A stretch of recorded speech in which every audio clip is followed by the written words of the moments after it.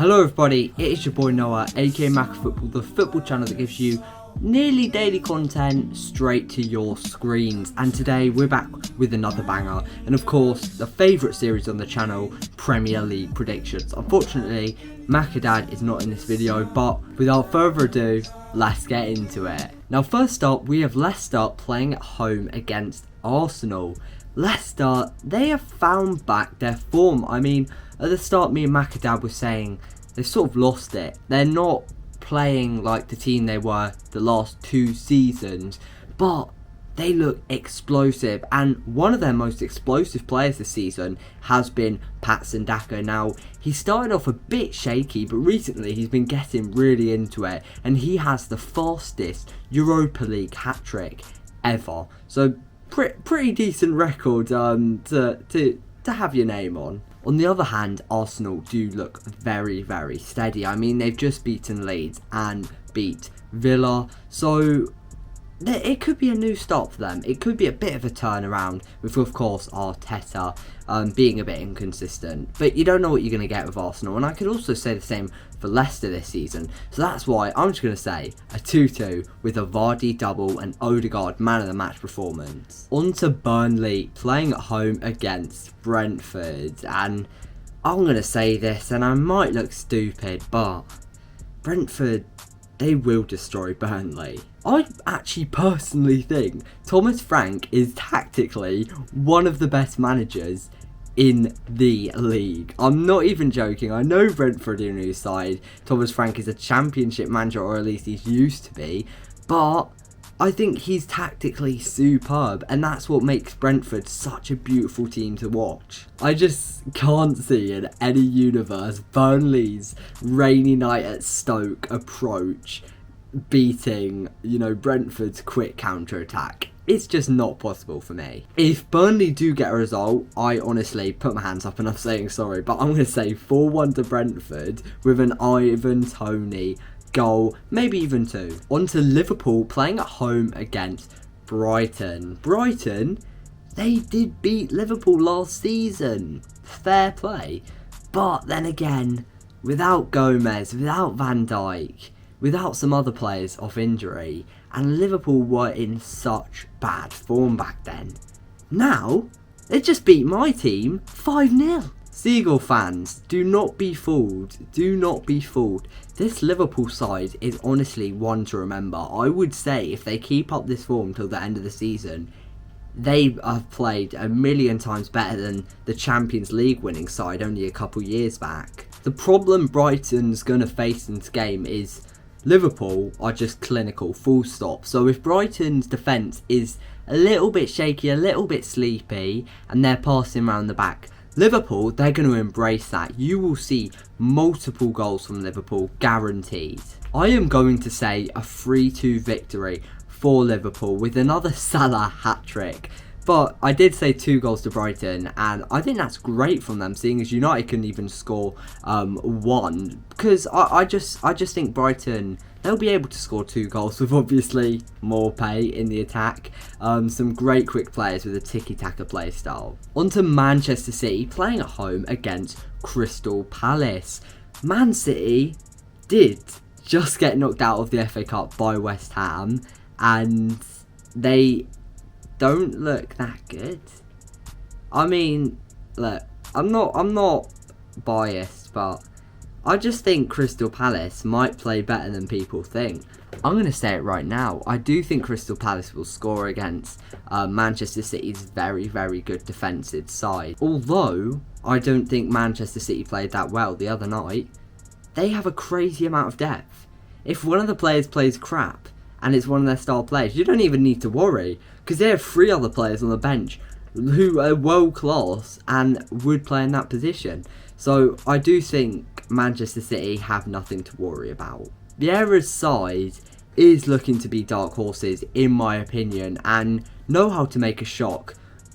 Tottenham 3-0. Also, I'm liking the new Crystal Palace striker, Edouard. Young player, French, from Celtic, and has had a really, really great start. So I do think he will score, but I don't know if all the other players will be capable of beating players like Diaz and Cancelo. So that's why I'm just going to say an easy 2-1 to City with a Gabriel and Mahrez goals. On to Newcastle playing at home against Chelsea.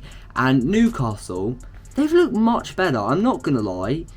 Since the new owners came in, there's been way more and thousands of more fans coming. The audience ambience is crazy. The players are looking so happy to play for the club. And everything is perfect at St James's Park. But then, there is one point we've got to remember. Although they have new owners, they don't actually have any new players, so they're still stuck with Sean Longstaff, which is unfortunate for them. And I just think they should be really on their toes. I mean, Chelsea just won the Champions League, so fair play to them. But on top of that, look who they've got. They didn't stop buying last season. They've even bought some great players this season, like Lukaku. And I just think that would be too much for Newcastle. I'm just going to say it right now.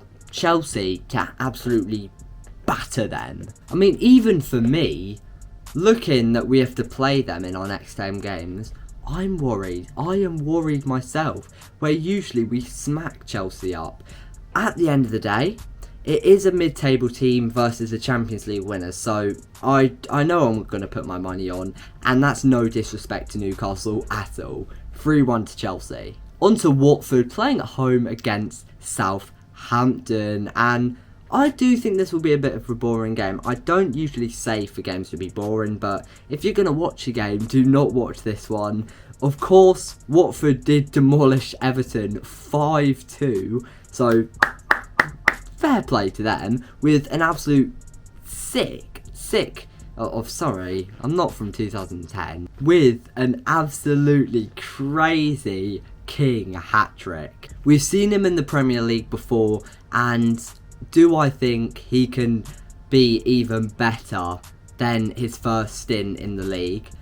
I don't think so, but I do think he will be a success with Watford. It was definitely a very, very smart signing for free as well, and I do think he will come handy in this game. Southampton have really just been meh recently, and they've got a couple of wins. Armstrong, he isn't really having the best of games with the Saints, but again, I did praise him at the start of the season, and also when you move to the Premier League, you need some time. I mean, Jadon Sancho, a lot of people are writing him off, but look how good he played in the Bundesliga. Just give him a couple months, maybe even a season, and he'll get used to the fast-paced Premier League. But unfortunately for them, they can't wait a season. They need goals Saturday, and that's what I'm going to say. A 2-1 Watford win with Salah man of the match. Now on to Spurs playing at home against Manchester United, and probably the game of the week, I would say. This is the game I'm definitely going to be putting on the thumbnail, and also, I don't want to admit it, but it's the game where both managers are trying to keep their job. I mean, Barcelona is sort of sending both clubs a message with sacking Koeman. So whoever wins this is probably going to keep their job. I do think Nuno should lose his more than Ole Gunnar Solskjaer. And I do hope we do win the game, because Ole, he's only had a couple bad games. I still think we need to give him a chance just to get the players back where he needs them. We did lose 5-0 to Liverpool, and that's extremely worrying. I'm not going to lie, extremely worrying. But Ollie kept them in for 2 hours after the game. Shout out for Macadad, he did tell me about that.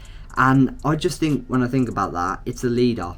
He must have been angry at the game, and those players must have so much confidence to redo what they did on last weekend. So I just think United are going to have it in the bag.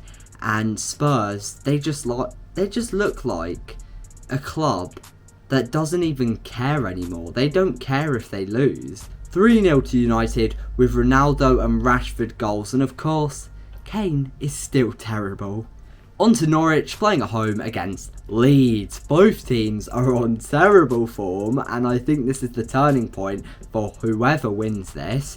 Every team wishes they could play Norwich, but it won't be that easy for Leeds, in my opinion. Norwich have actually been known to score against sleepy sides which aren't really, you know, trying that hard, being a bit shaky, just like Watford. And I think this will be actually a fun game to watch, because I do think Norwich will be able to score a couple goals against Leeds. I mean, Leeds, they've just lost 2 out of their last 3 games. That's worrying for Bielsa's side. Worrying. And players like Rafinha and Harrison aren't even looking that good this season. So I do think Leeds, they really need to win this game to show the Leeds fans, to give them a bit of reassurance. But I don't think that's going to happen. I just see Norwich dominating. I'm not going to lie. But although I see Norwich dominating, their squad is just not good enough to win against a side like Leeds. 2-2. On to Claret and Blue versus Claret and Blue. What a game this will be. Aston Villa playing at home against West Ham. And West Ham, they're untouchable, honestly. I know some West Ham fans who are supporters. We have a couple West Ham fan supporters. And you guys must be absolutely happy. You must be dancing, having a party.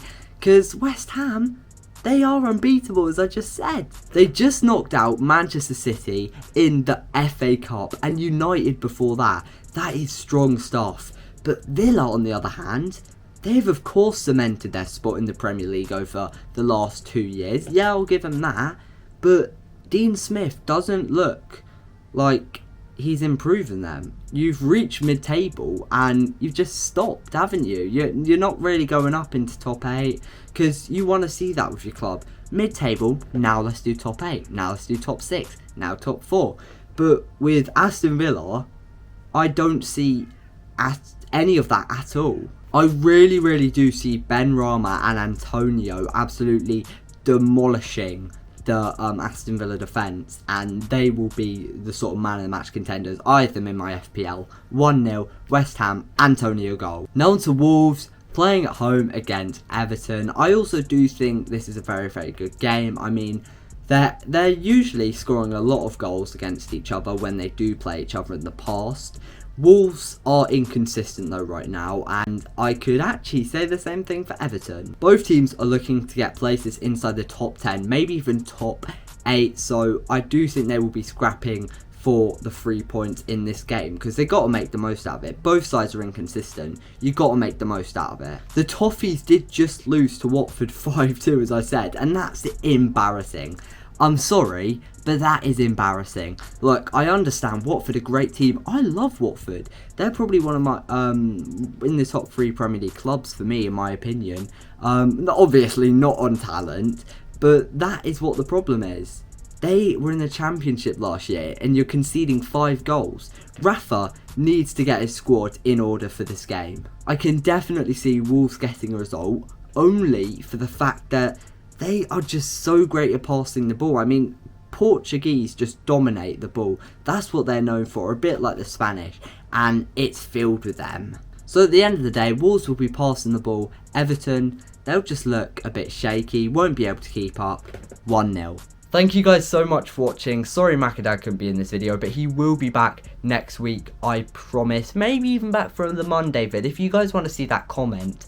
But yeah, if you are new to the channel, click on the channel, just look at the videos I'm uploading, and if you're liking them, go ahead and subscribe so that you can see more of them on your home screen or subscriptions tab. But without further ado, it's been your boy Noah, aka Mac Football, and peace.